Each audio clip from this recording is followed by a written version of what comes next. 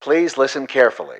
I need to throw this in that apparently Anna Kendrick is bad, i.e. terrible. And for more information, follow the Demois Instagram account because that's where people drop anonymous celebrity hot gossip.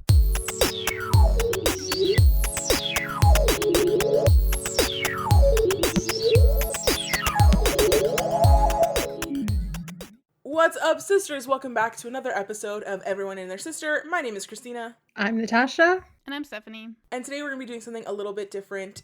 Instead of picking a sort of like general theme that we like sort of find a book to fit in, not last month, but the month before, in September, we came across this Twitter thread on our Twitter, EatsCast, always be plugging, from a media critic and writer and a disability advocate named Fati the Street. That's her Twitter handle. That's Faati the Street.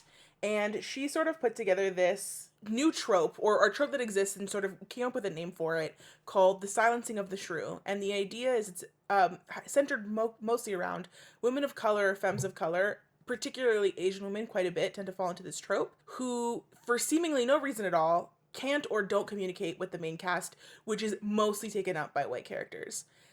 There's this great Twitter thread that we'll link to on our Twitter, and we'll link you to hers, where she and a bunch of other people put a bunch of examples of different characters from different movies, TV shows, and even some books that sort of hit this theme. Like a great example, even though it's not necessarily a woman of color, is actually Ben from the Umbrella Academy, where, like, yes, there's technically the thin veneer of, like, a reason as to why he can't speak, but, you know, he spends the first season, he was a very lovable character, he has, like, 3 lines. Why is that? But what she focuses on and sort of the main crux of this was around a character from The Boys, Kimoko. We'll talk about it a bit more when we get to my pick, because spoiler alert, I've picked this one. It was such a great thing because I have a real issue with The Boys, and mostly I've just been wanting to complain about them for a long time anyway. But this trope and the use of it really hit the nail on the head of why I don't like The Boys, but it also opened up this topic. And I really found it interesting to watch it unfold, because I do think it's kind of like watching, you know, if you were on Twitter however many years ago on Roxanne Gay's Twitter, when she sort of really launched the idea of fridging and created the term for it and said, hey, look at all of these female characters who are murdered just to advance a man's storyline. And I think we're seeing the same thing with that. I think not a lot of people have picked up this yet, but I don't think it'll be surprising to 2 years from now see a Vulture article about why are there all these Asian women characters that don't speak. And maybe they'll have the presence of mind to actually credit this woman's Twitter. Again, which is Fati the Street. Her Venmo is also Fati, and we'll show a couple of links and stuff like that so you can help support her, and so you can also take a look, because it was definitely a really interesting thought. And so what we've decided to do today is each one of us is going to pick an example of this trope in a piece of media that, like, we probably even maybe enjoy, or whether we do or not, but where this trope has been used and where it's particularly, like, egregious and worth commenting on. Yeah, and we're going to talk about that. So, Steph, take us away. So when I read the thread, the movie that stuck out to me was Pitch Perfect. And if you don't know what Pitch Perfect is about, it is about a cappella group, the Barden Bellas, and their journey to destiny, to championship, to being winners. And so this group is comprised of a lot of different type of women. One of them being, there's one Asian woman, her name is Lily, played by Hannah Mae Lee. And for some reason, looking back now, she doesn't really speak to anyone that people can hear, only in one, like at the conclusion of the movie she has this one line that everyone hears, but every time she says something in the movie during the whole course of the movie, it's very quiet, and it's only, the camera only focuses on her face, so you never see someone listening to her, you never see people interacting with her. It's really only her, a close-up shot of her face and her quietly saying something. And thinking back now, I don't really know why they made that choice. Specifically in comedy, this happens a lot. They'll like pick a person that's really quiet, and then at the end of the movie they'll somehow say something really loud, and I'm using like quotes, that everyone can hear. And like that to me is a weird choice, because I don't know why that's considered funny. Do you guys think that's funny? Or like, why do you think that people have thought that was funny in the past? So what's really weird about this one is that I think because it's about singing, that's the angle they were going for. But the fact that it happens in other comedies kind of negates that. You know what I mean? Like, it's just like, it just feels like a common thing that they do a lot of the time when you don't really it's know not like somebody. No one can hear her singing, beatboxing specifically. The most important part of a cappella is it's the beat of the song.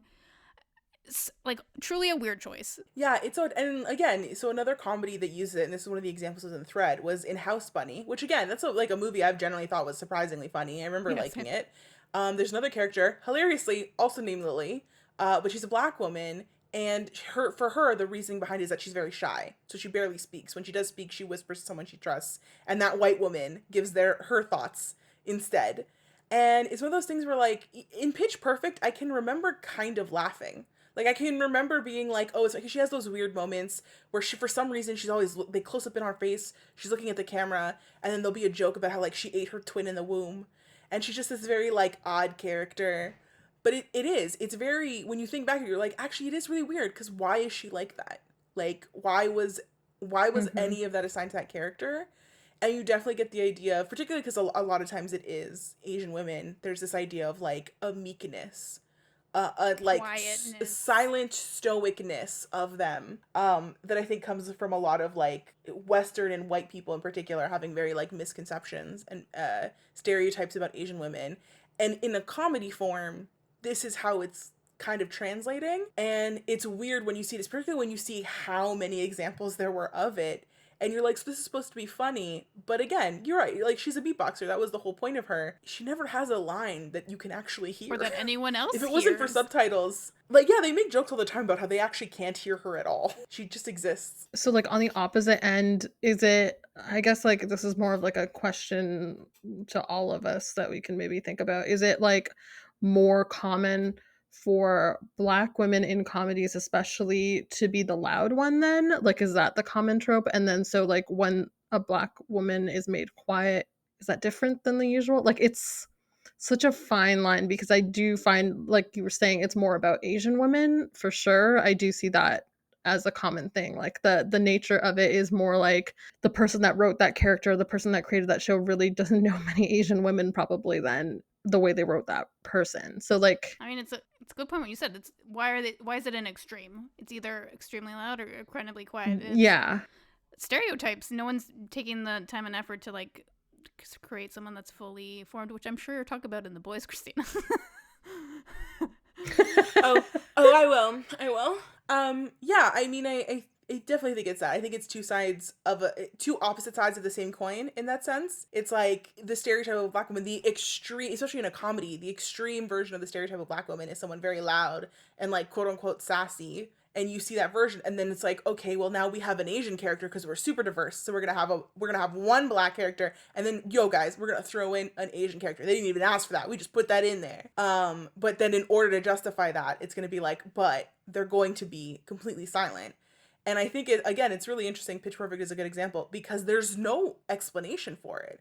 Like I talked about Ben at the Mhm. beginning, as like there's that thin veneer of like, well, this is why Ben doesn't speak. He's a ghost. Only one character can hear and translate for him. But with regards to Lily in Pitch Perfect, they don't tell you why. She's just a fucking weird character. But when you put her in context of everything else, it's so odd. Especially because, like, again, for someone who's a singer, why is her voice so low? Like, she clearly has the ability to project, so it's even odder and makes even less sense that she doesn't speak. You know what I also noticed about like Asian characters specifically? I it kind of goes in hand with the like the silencing part of them. They're often shown in TV, movies, whatever. They're shown as being emotionless a lot of the time. And like I think that kind of plays into it because it's almost like I don't know, like they're almost treated like robots.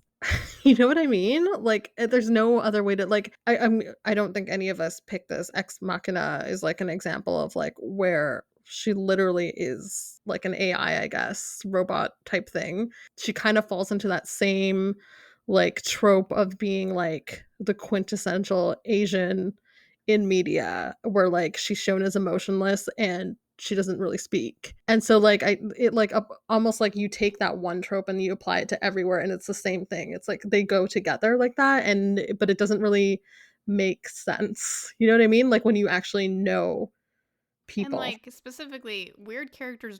I'm gonna say normally in like a broad sense, they're not quiet people. And the fact that you make Lily quiet but also Mhm. weird is a again weird choice, and that's not something you normally see. And like, why was that choice made for that specific movie? Those are my thoughts. It's like a waste of a character, really. They could have done so much with Which I her. don't think they did in the other two movies, because they later tried to make it a military propaganda movie, which was wild.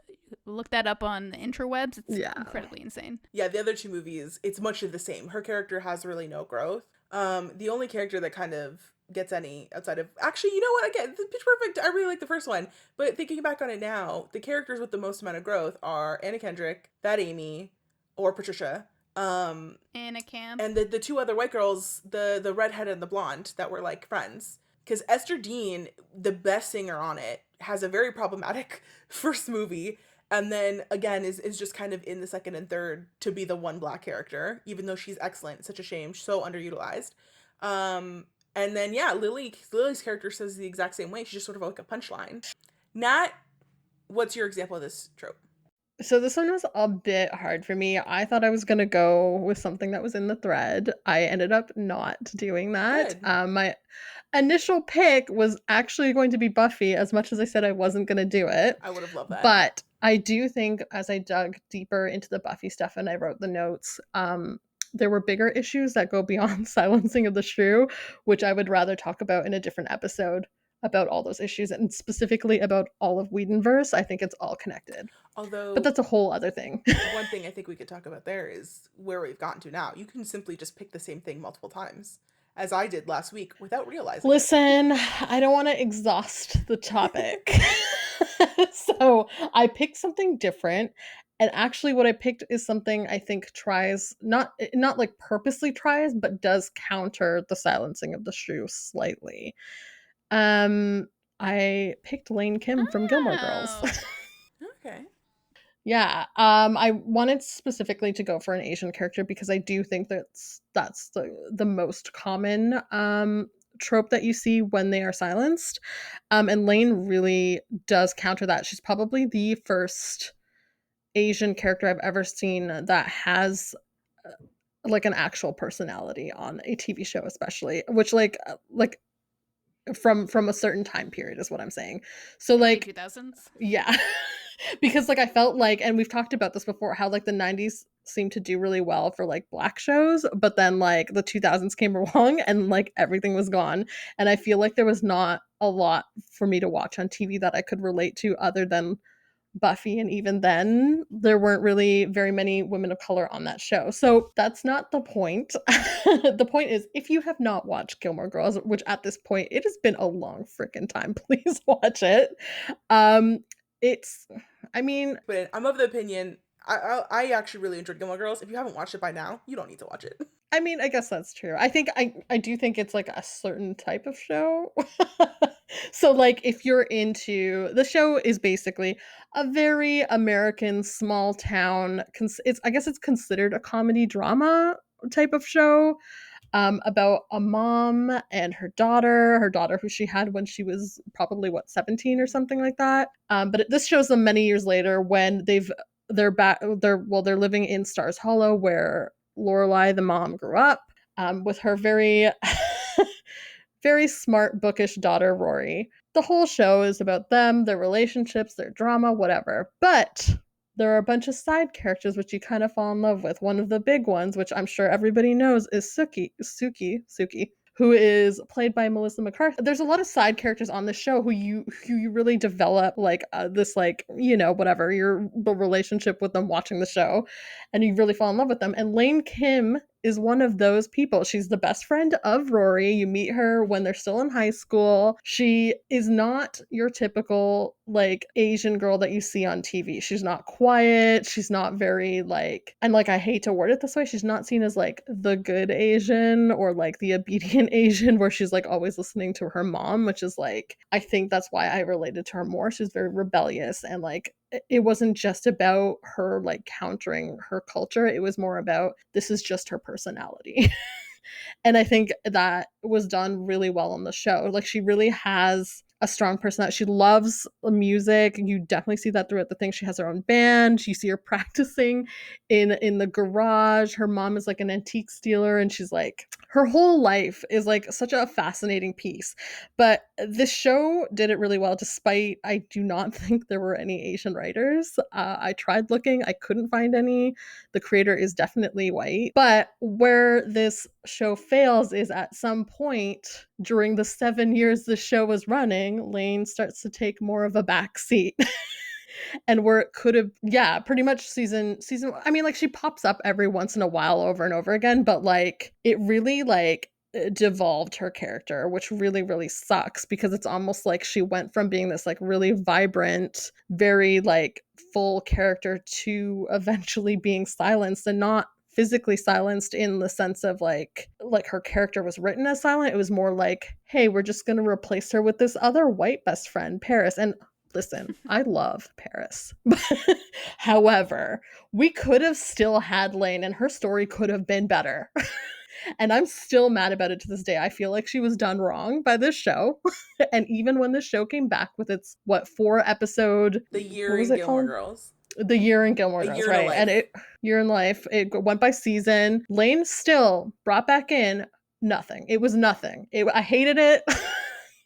It showed her like settled, not the person she was before. You know what I mean? Like, it wasn't like, I felt like her actual character had been removed from Lane herself. And I don't know. It was sad because like it started so strong for Lane. What are your guys' thoughts? Well, given that like episodes are written by different people, I wonder in the writer's room where they decided to be like, okay, we're gonna be cutting out all of Stars Hollow and focusing more on Paris. And like even the Year in the Life, I think Lane kind of existed for the Lorelai Rory storyline. So it was, I mean, you could argue like there wasn't enough time to focus on everything, but given you brought Suki in for like XYZ, Suki at the last possible second, and like showed that she's still doing what she loves and like excelling at her job, but you've just made like I can't remember any specific moment of Lane in the 4-episode. Yeah. Like I can't even picture at a time she was on the screen. It was like a written silence. Like they wrote her out basically of the show, even like the main show as well, because like you get like so much from her life in the beginning, where you find out about like how strict her family is, how religious her mom is. You find out about her mom trying to set her up with a boy. Like it's so involved. You actually learn where her family from is in South Korea. She's not just general Asian. Like it's like they pinpoint like her exact origins, what her family is like, the dynamics, and they could have still continued to do something with that throughout the show. I don't think it just stops after she gets married, settles down, has a kid. Like, come on. Like that's a very white small town like experience for her to have, which would be interesting then to explore more, because that was a very interesting choice. Not interesting. I don't like that choice. And it was like was she too much for the show, and they were like, we're just gonna like write her out? Is that the method? This is where I don't know that I agree. Like, this is where I'm torn. I agree with you fully on everything about the Lane. I think we could have literally an entire episode just about Gilmore Girls and all the things that they did wrong, for how, particularly for how like influential, I guess, how that show was. Like, I loved it, and now I go back and I'm like, what the fuck? But I loved, like, I get it. But where I think I almost disagree is like, I get what you're saying, but I feel like that's almost an entirely different trope. Like, I think like this is more specifically about like, why is it so common to write, again, women of color, but specifically usually Asian women, as being unable to, as not being able to communicate, as being silenced in the sea of white people. Lane wasn't ever like that. They just eventually just slowly started to write her out. They just changed her character. I think that's almost like a different thing that's happening. But that's what related. I said. It's the opposite of silencing. Like, that's how I was but like, this is the a point counter. But the point of the episode, with so many examples, is to talk about that, which is where like, whatever, you made your choice, and like I get it, but I'm like, but like it's almost like not the point. I almost want to talk about this separately, but at the same time, you picked it. I get what you're doing. I get how she like counters it, but I think this is, for me at least, the interpretation is that this is specifically looking at it from when they write from the very beginning. Like, they could have written Lane as a shy character who didn't, and then like I would get it. But now I'm like I said, I get what you're going for, but we have got so many examples of Asian characters, or just again women of color characters, that are just written as like silent from the beginning, and they're just there in the background. Lane almost feels like Lane is an episode of her own, of how they did it so well at the beginning and then failed. But they kind of turned her into that. That's the thing. Like, it started off strong and then they turned her into that. Does that not count as part of it?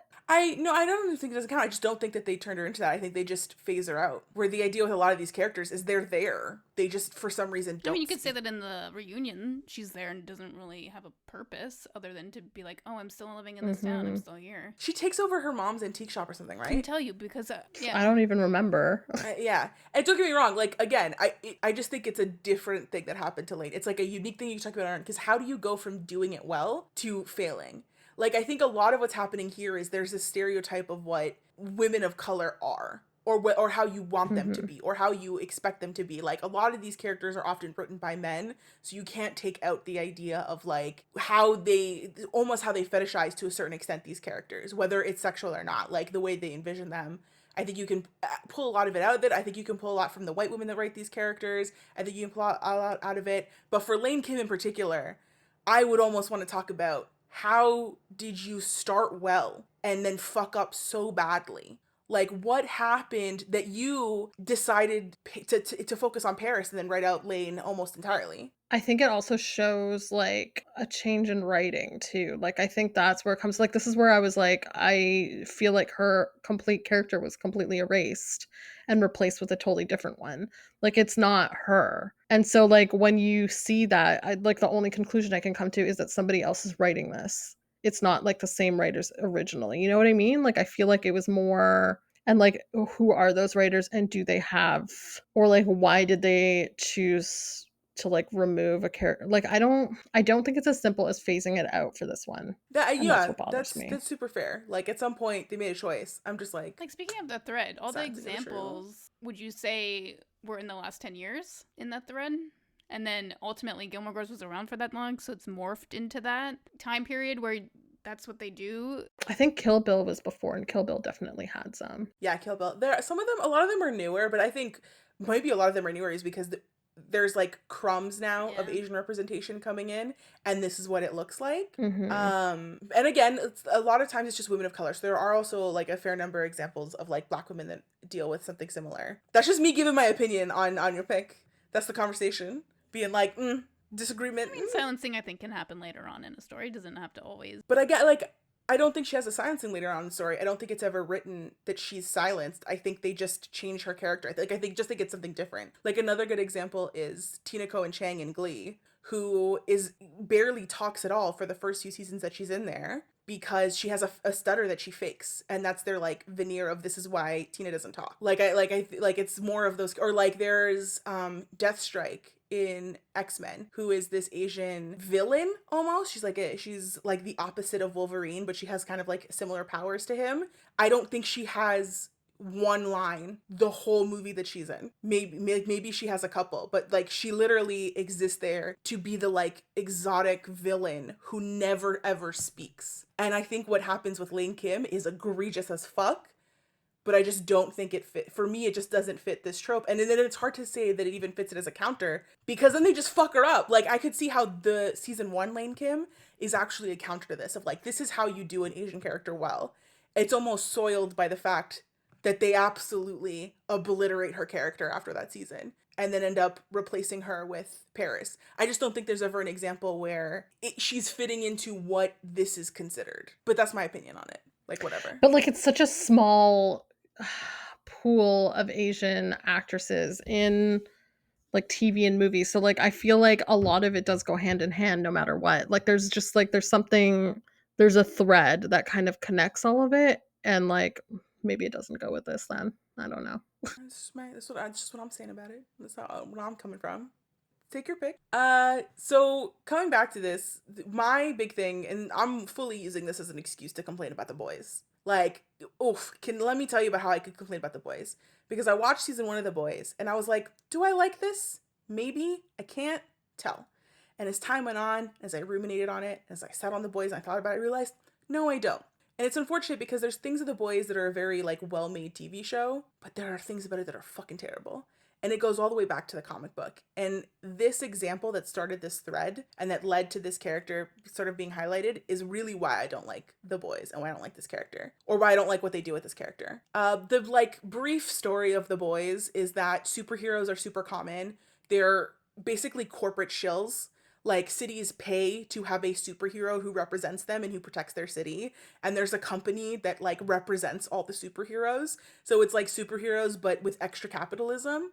And most of the superheroes are either incompetent or outright evil, or a special mix of both, particularly their version of like the Justice League. So what ends up erupting are the boys, a team of vigilantes against the superheroes who want to defeat the superheroes. But because the comic book is written by Garth Ennis, it's a very like parody satire of it. Like, I think Garth Ennis is kind of known for not really liking the standard superhero trope. So he writes these very dark, very over the top, gory, and air quotes around satirical comic books.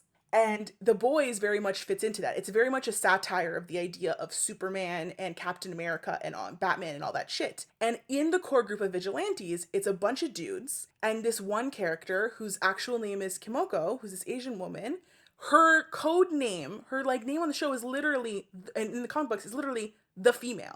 That is her name. That is what they refer to her as. And you get the idea of, I think if you believe that these comic books are satire, it's a joke about how there's always just the one woman, so she's the female, and that's who Kimoko is supposed to represent. But guess what? It's not satire if you just use all of the tropes the main thing does. You just use them from the angle of, I hate everyone. Like, you're not satirizing anything. You're falling onto all the same tropes they do.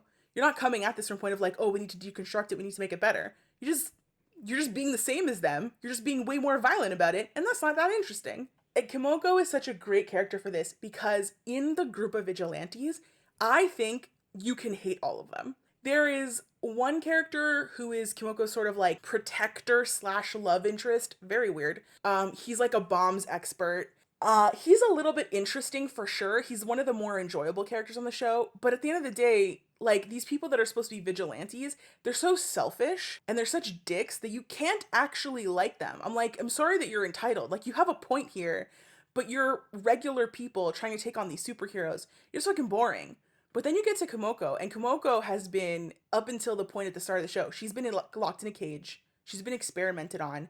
Kimoko has this entire tragic backstory that she herself does not get to tell. They find her in this cage, and they see her. She ends up like attacking some people. She ends up beating some asses because, again, it's that very like, it fits into that very Asian stereotype for women's of like, they know martial arts but they don't speak. And you see her and she's kind of wild and crazy, and she's the most interesting person for sure on the show and on the team specifically, of like, how did she get here? What happened? Why her? Why are they keeping her in the cage? Why are they torturing her? Even though you're like, what the fuck is going on? And she never speaks. There is one character she communicates with. Again, it's that her protector / love interest, that bomb guy. And he can barely talk to her either. He like interprets through looking into her eyes. Like, it's such nonsense.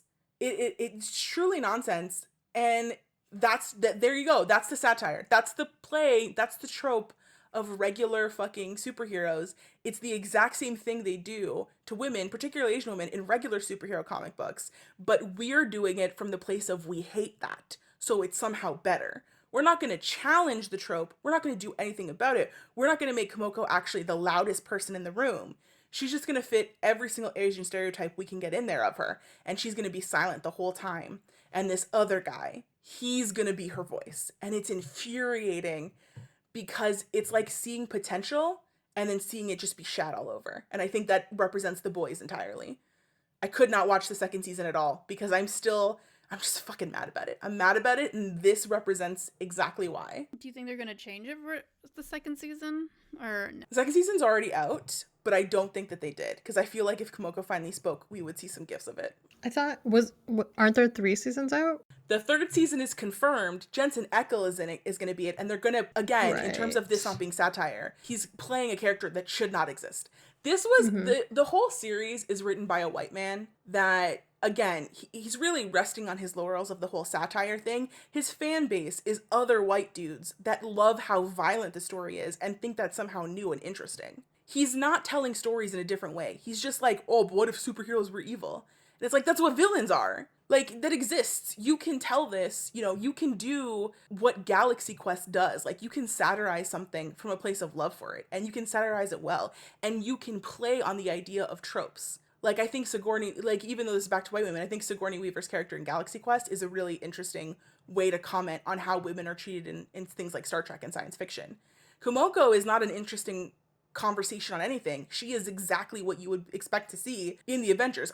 Thinking on this now, I can't think of an example from Avengers or Marvel of a character that fits into this trope, but I'm 1,000,000% positive there is one. I'm sure if I went back and watched it, I'd be like, The oh, it's bug her. woman. Oh, Guardians of the Galaxy. The Oh, No, I yeah, guess she yeah. talks. I guess she talks, but she's quiet-ish. She's very quiet and unspoken, and she interprets things differently, and Through emotions or whatever. she's an empath species. The only thing Yeah. I know about The Boys is that Chase Crawford is in it, and like he hasn't been in anything since Gossip Girl, to my knowledge. And that's the extent of The Boys. It's one of those things where I realized, you know what, don't watch it. Like if you watch it and you like it, whatever, but be aware of what it's like. And I think it's that thing where I think the show is better than the comic books in that it's a little bit better at being a satire, but it still doesn't really understand to satirize something. You have to not do you can't be as problematic as the original thing. Like regular comic books have this problem where it only like it'll be a group of 9 men and there'll be 1 woman and they'll be like, boom, diversity. You can't do the exact same thing and then call it satire. Also, if you're just doing the exact Yeah. I think also what really bothered me about this, I watched the first season of The Boys. I have not watched the second season because I was just kind of meh about it. Yeah. But what's her name? The Asian character, Kimiko, or the female. Kimiko. The female. When I first saw her, like she's shown as like savage and like she's like really dirty and everything, and it like honestly when I watched it I was like, this looks very familiar. Like as in I've seen this before and I don't like where it's going, and it's just like like even like the way the character is portrayed, even like within that first like 5 minutes, you're kind of terrified of her and you're just like, I don't understand why you decided to make this choice. And it would be even worse if it was like with a black character, which has been done in Buffy as well, we know. But yeah, like it's just like I don't know, like it's just like such a, what are you trying to say about this person? Like the fact that being experimented on and being trapped in a cage would do this to like an Asian woman. Would the same thing happen? Like I would want to see what they would do with like a white man in the same situation. Would he be like this, or is this just their commentary? Traumatic events, specifically women of color, like they cannot, like they're not built for survival the same way. Like fuck y'all. No. Yeah, it's sort of that thing where it's like, again, they present her as a badass ultimately, like in terms of in a fight, she can hold her own. So if she can, why did all these things happen to her? First of all, like she was still locked up. Yeah. Like, you know, she's something to be scared of, but it just fits an idea of like, okay, so she can do martial arts, but she can't speak and is shy to a certain extent. Like it feels very fetishized. She feels like a wet dream. She can kick ass, you know, and she can take names, but you don't have to listen to her nagging. Like that's almost what it comes down to sometimes with her, and it's so frustrating because again, she's so interesting. And I'm trying to think back of it, and I'm sure they explain why she doesn't speak, but I think you might have to just assume she doesn't because she's traumatized. And again, like savage, you know what I mean? Like, oh, she doesn't speak, she can't. And like it kind of reminds me of like, you know, when you hear those stories about like kids that have been found in basements and like have been like this, I shouldn't be laughing about this, it's like a real thing. You're like, man, isn't that fucking funny? But like they find them and they're like kind of like a little bit wild, but I'm like, those are children, like, and if they were treated that way from like birth, that does make sense. Like they weren't taught to read and stuff like that. Like, but this is like a woman who's like, I don't even know how old she is. I have the wiki open because I'm realizing now, I'm like, they don't do her right. So I have to pull up the wiki to learn more about her. She grew up with parents and a brother. Yeah, so like this is a woman who had a normal life essentially until a certain point. It's not like she would just forget all that. And I get like trauma does silence people sometimes, that does happen, but the way she's portrayed is beyond that, right? Like it's just like she can't be one thing. It's and like a also the whole other other thing at the same level. time. to me is weak storytelling. And what I hope for her is that this has been a long con this whole time. And she's been slowly getting information by watching all the people and not voicing her opinion. And then she's going to rampage and kill them all. And she's going to be the president of this here United States. I'm assuming it's in the... You have really high hopes for this one. I wish the female the best. You haven't even seen the show, and you're like, I love Kumiko. Listen, if she's the only woman there, she's better than every other person on the show so far, based on my zero knowledge. But I stand by this here United States. Does it take place in the United States of America? Okay. Yeah, cool. it's very much like filmed in Toronto. As they all are. Toronto is the real New York, as we know. Queen's Gambit is also filmed in Ontario, Cambridge. Just claim these shows as our own. We're definitely going to see a lot more shows filmed in Ontario when we're not in quarantine anymore in America. All of America still is. So that comes out. It just gets me so mad. I get so steamed up because I think Garth Ennis also wrote Preacher, and I think Preacher has a lot of similar problems as well. But everybody, cult classic, everybody loves him. White men are all about it. Did he write Preacher? I did not know that. I think so, because I feel like I remember being really mad because these things go together. I read the Preacher comics, and I Preacher. When you said villains, I thought of the Schwab Vicious and like how she handled villains and their traumatic near-death experiences, and I'm like, I can see where did it much better. It just goes, I think we're, in terms of like maybe like back to the idea of like things going hand in hand.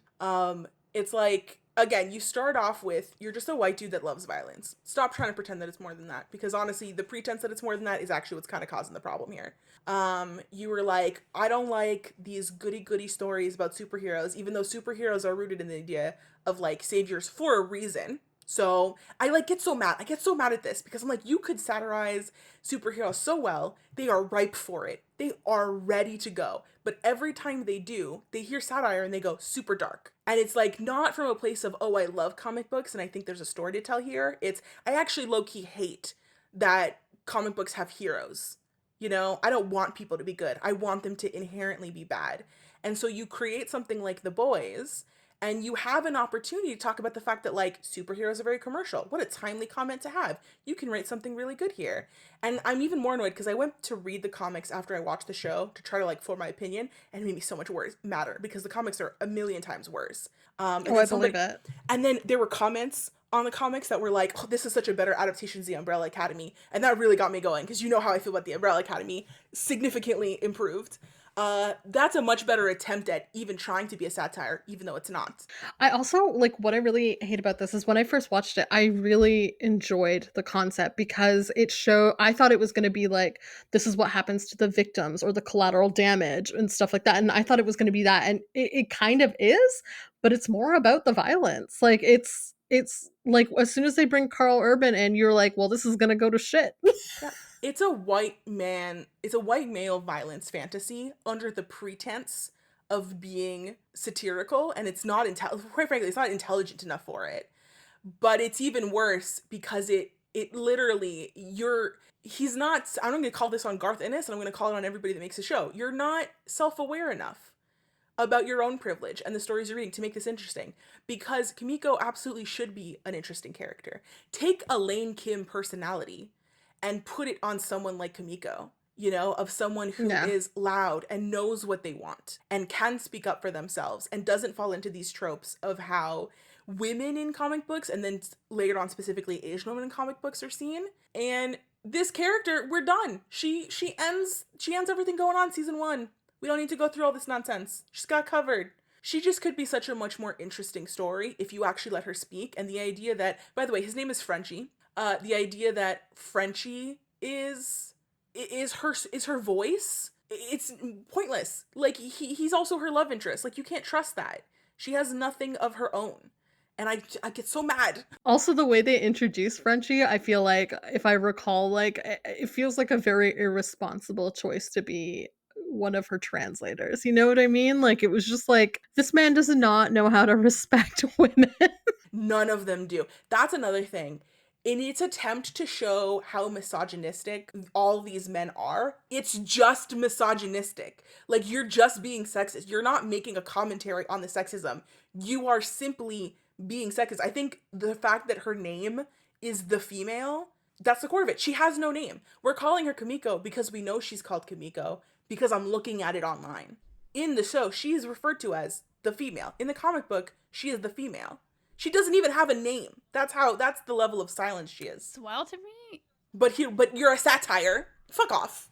Come at me, Garth Ennis nerd fans. So you mentioned that they're basically, all these superheroes are influencers, right? Like an Instagram influencer. Oh my god, that's such a YouTuber. That's such a great fucking term for it. They're you're right. They're influencers. That's when and like who's the number one influencer? It's women. Why would you're telling me? So you're gonna tell me there's no women superheroes who already can cater to their audience with their skill set of being an influencer?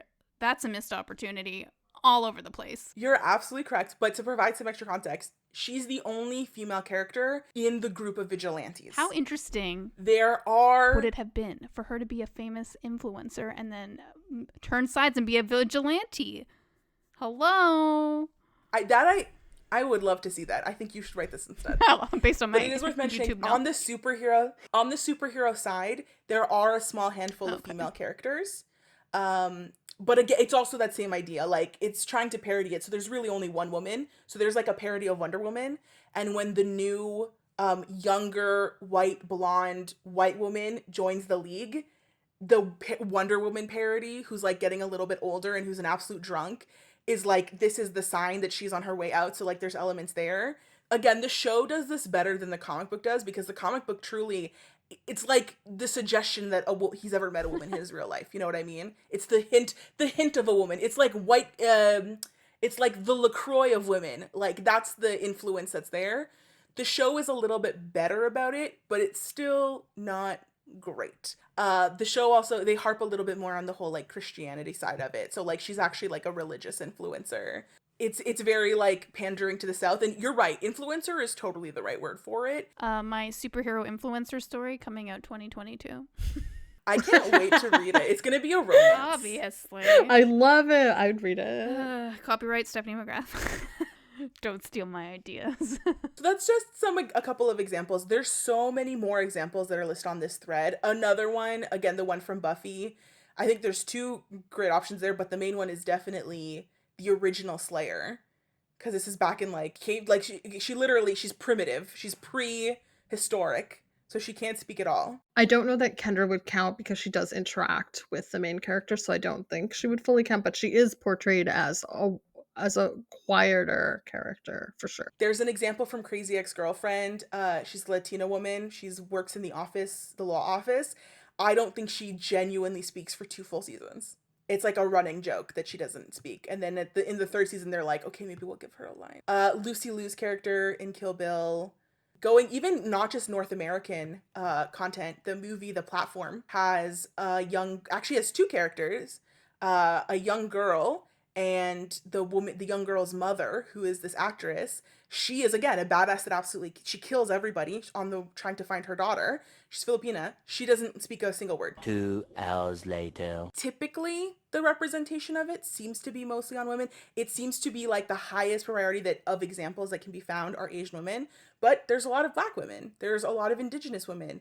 And then there's also people that are not women, but are of other races. I think the core of it is that this is not happening to white men, and it's often not happening to white women. So that was this. Again, we sort of came up with a concept. How are we gonna wrap this up? There's no ending closure for this.